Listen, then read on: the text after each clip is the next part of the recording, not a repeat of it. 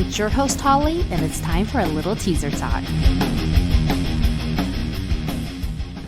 What is up, everyone? Day 2 of Welcome to Rockville. And I am very thrilled and excited, slightly spooked, horrified, I'm not sure what, to be here and talking about, to be here with Stu and talking about SpiritWorld. What's going on, Stu? What's up, everybody?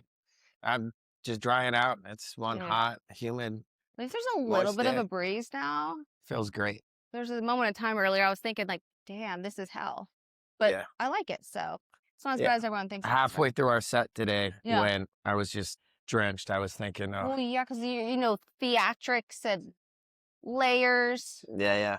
I appreciate you making time to hang out with us after all that work. Yeah, no worries. And energy put out there. So you guys are currently deep into your current tour. How's life been on the road for you? It's been good. We've been playing a lot of small, like 300 cap rooms, and we took out our friends in Desmadre from Los Angeles and Doomsday from Oakland, a couple great bands. And then our friends in Roman Candle from Las Vegas just put out a record on Sumerian, so they jump on with us in a couple days. And that's awesome. I'm curious, like, how, because you guys are going, like you said, smaller, intimate venues to, we got hundreds of thousands of people here at Rockville. How's that energy shift, or is there an energy shift on those? Yeah, we're lucky as a band. Like, it's cool. We do a lot of, like, big theater shows, and we've just been blessed where, like, bands like Obituary and Sepultura took us out. And so we've had, like, a nonstop thing where we're just doing these big support tours. Yeah. And so we haven't seen each other. We were out with Avatar and Alien Weaponry in November, December. And then the band hadn't really seen each other. So we figured we'd book some small shows and, like, get some practice in before we get to Rockville. So I think we did like 10 shows or something on the way out here up the West Coast and through Arizona and Texas. Yeah, you guys times Avatar. That's quite a mix. That's amazing. Yeah, it's cool. We get to play with a lot of different bands, and, like, I'm very blessed. Yeah, absolutely. So SpiritWorld has always felt less like a traditional band and more like stepping into an entire universe. When did you realize that this would become and evolve into something like that? Not just, I don't want to say not just another band, but not just another band. Yeah, I really like to write, and so I'm working on, I put out a book of short stories that are, like, all in this world where these cowboys are finding the gates to hell and there's all this crazy stuff happening. So I'm working on this novel that is coming out. So somewhere in there, I just kind of, heavy metal allows people, there's such a, like, huge history of bands like Iron Maiden and, like, all the way back, where you can do these really theatrical, themed, like, concept-driven pieces of art, which I've always played in, like, punk and hardcore bands, and I really wanted to try and have this project be something where I could, like, write films, write graphic novels, and just really do creative things. And so I think, I don't know, I just think cowboy stuff's cool. I grew up rodeoing, and like, my family's from Texas originally, so I just combined all the stuff I like. Yeah, to, like, one passionate thing. Being. I love it. That's amazing. So in March, you gave an update to fans and mentioned that Eldorado officially closing the chapter with Century Media. Looking back now, what did that era teach you and yourselves about as a band? Oh, it was great. Mike Gitter's here, actually, our A&R guy from Century Media. Nice. He's moved on too, but they reissued our first record that I had put out DIY. Yeah. And then they did 2 full-length albums, and it was great. Like, I love everybody over there. Yeah. And so we, that deal's done, and we've got a new label. I don't know when it's going to announce, but I'm almost done with our new album. I go back to Nashville when we get home from this, like the end of June. And then, have a new record out. And, like, when I was younger, like, when you play in bands, it's so hard to be able to, like, make an album. Yeah. And even tour, do anything. And so with SpiritWorld, this will be our 4th full length in, like, 6 years. And so I'm just really, I'm really happy that we're in a place where we can tour, but then also, like, be prolific and get music out, because that's my favorite part of this. I write all the music, and like live, I just scream, but You're like the scriptwriter, the director, you're like all the things turned yeah. into music. I And love I that. I just find I'm a happier person when I have a creative outlet. Yeah. And so Spirit World is really it's a really nice thing to have where I can just constantly be making stuff. You know, I'm not trying to tell you how to write your book, but you might want to think about the gates of hell as the Daytona Beach. Yeah, right?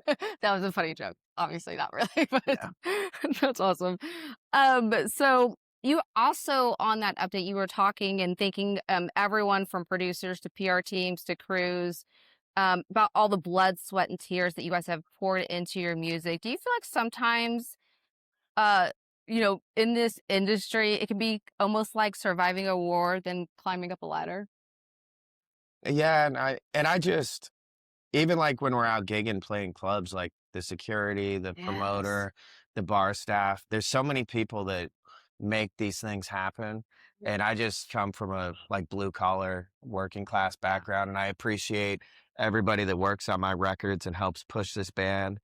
And I don't know, I guess that's just how I was raised too. Like I feel like that's how people should be, but I guess there's people that are not like they're that. not like But we run into a lot of yeah. like you get a lot of that other attitude. And we're a band that's not like that. We're thankful for every single It's person that amazing. helps us or comes to the shows. Like, you know, Yeah, I wanted to point that out too because like I appreciate you appreciating that, right? Because yeah, it does, and when I made the analogy of like almost like a war is because like you have all these soldiers and all yeah, these different levels of all the of every different area making it happen so yeah, that fans can enjoy music and that you guys can have a great music experience.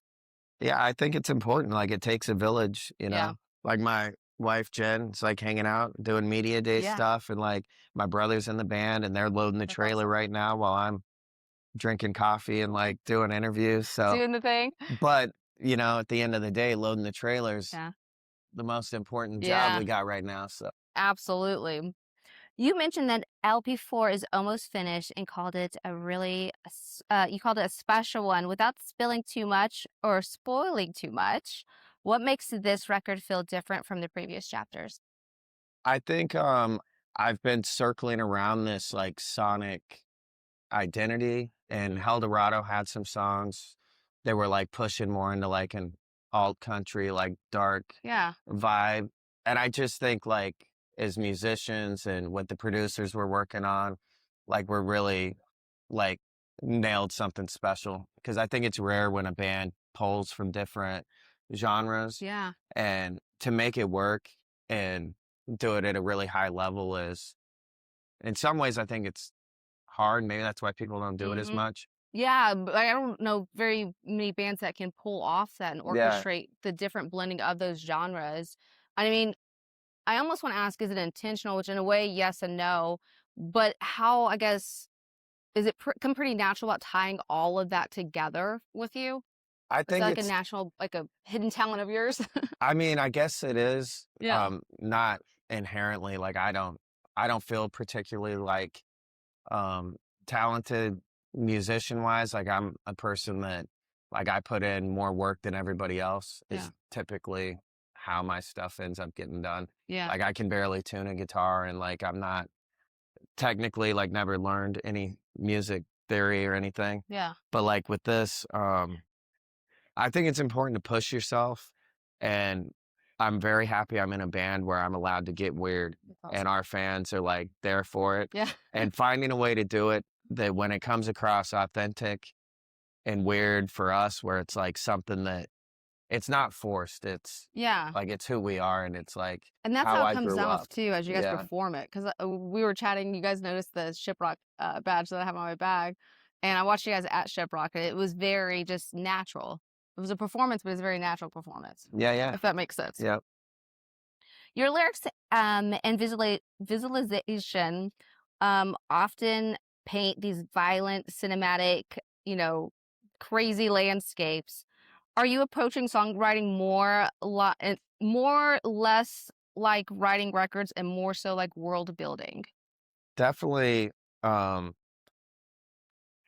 definitely world building Yeah. because it's like I'm just doing a lot of fiction writing. Hmm. And it's really I just pull a lot from old Western books that I love and films and horror movies. And so it's like all of those, um, just all of those devices really, you know? Yeah. And I think it's cool when you play a record and it like takes you somewhere else and you just like feel like you're in this other thing. Yeah. Like I love that. And so I try to be intentional with that when I'm writing to give people that experience. I almost think about it, and I don't know if this is normal or if I just have some kind of disorder, but like when you go to the movies and you watch a movie for like, let's say 3 hours, and you walk out, it's almost like you like, wait, I gotta come back to planet Yeah, and Earth. you're disappointed, right? Yeah, you're like, Yeah. ah, fuck, or I'm in the mall with a bunch of people. Yeah, yeah, yeah.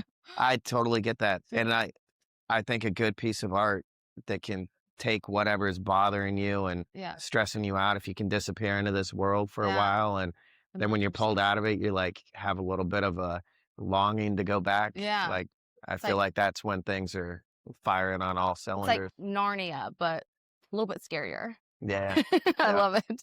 That's awesome. So fans are stoked about LP4 being on the horizon. If Eldorado was one chapter of the story, what kind of chapter does this next record feel like emotionally and sonically? Um, I think it's both. It's got our heaviest, like most gnarly stuff lyrically and like Hmm. riff wise, but then also like the most positive, like vibe that we've put on a record yet. So I mean, I think it's got a lot of stuff going on, but it's cool. Like I'm really excited for people to hear it. Like Yeah. we're gonna try and get it out this year, but it looks like it'll be next year, like maybe April, something like that. Very cool. Like a year from now. Love it. Yeah, I guess it will be a year. It's funny, like you write the songs and then by the Yeah. time they come out, like it's crazy. Yeah. It's like a whole like having a baby, like right the life of being Yeah, born yeah. inside before it comes out into the world. Yep. That's awesome. So we do have a couple of fan questions submitted in if you're cool with that. Yeah, yeah. Perfect. So at Techno Gobo ask, is there an overarching plot to your albums? Yeah. So it's all if you this book of short stories I put out, all the characters that are in this and on these albums, it's all in the same world and it's telling different pieces of the same of this world, you know? Yeah, So it's like the overarching story is like it's all connected. that's very cool. It's like watching a Marvel movie, something like, wait a minute, that was like Yeah, then yeah. you start connecting all the Yeah. webs. I love that. All right, the next question I've got for you is from the Lo-Fi Horror Guy. He asked, or I guess first one's a statement, then a question. Spirit World incorporating horror elements into its music. Has Stu used any Western horror movies as inspiration for the band's music? Yeah, all like most of it. Like horror western specifically, like Bone Tomahawk. I really love that film. As Craig Zeller, that's a big like inspiration when I was writing our first record. Yeah, Pagan Rhythms, like I watched that several times, just kind of like this is the vibe of what I want to do with this band. yeah, And I got a chance to meet him, and one of our like management people had sent him the record, the director of that film. And so we're still trying to figure it out, but like that's like an iron in the work where it's like very he cool. digs the record. I think they gave him Death Western when it came out or something. But yeah, we love horror western. Like Okay, I'm gonna sound very silly, and he's actually a good friend of mine, the lo-fi horror guy. So I know that's obviously his name says it all, but I'm like, Western horror. Now I'm gonna watch these films because you guys are opening my eyes up to a whole new yeah, world, yeah. if you will. Yeah, there's a lot of bad ones. Yeah. Like, there's not very many good ones. So I would start with Bone Tomahawk. It is both I'm gonna go exactly in the order terrifying. of what you just said, Yep. and that's what I'm gonna consume. I'm super excited. Yeah. Okay, one last question. This is actually from the podcast. So this is teaser talk. We love to end the episodes with a little bit of a teaser. What can fans be excited about, look forward to? I know that you said we're looking about April of next year for a release, but is there anything else that we can tease the fans with to stay tuned for? When we get home, we'll finish the record and then we're gonna do a couple one-off shows and film some videos. And we haven't done a lot of like live footage videos. They've mostly been like cinematic, like film style with a bunch of actors and Nice. stuff. So, for all my friends in LA and Vegas, we're going to do a couple like shows and bring out a bunch of friends and let them get up front and stage dive and like do some cool, Sounds very awesome. yeah, do some cool videos. Well, Stu, thank you so much for taking the time. I know you've had a busy day, a very long, hot day. I appreciate you making the time for us and the fans, and appreciate everything you do. Yeah. Likewise. Thank you for having me. I hope you enjoyed this episode of Teaser Talk. Head over to teasertalk.com to subscribe so you don't miss out on another episode. Until next week, keep rocking.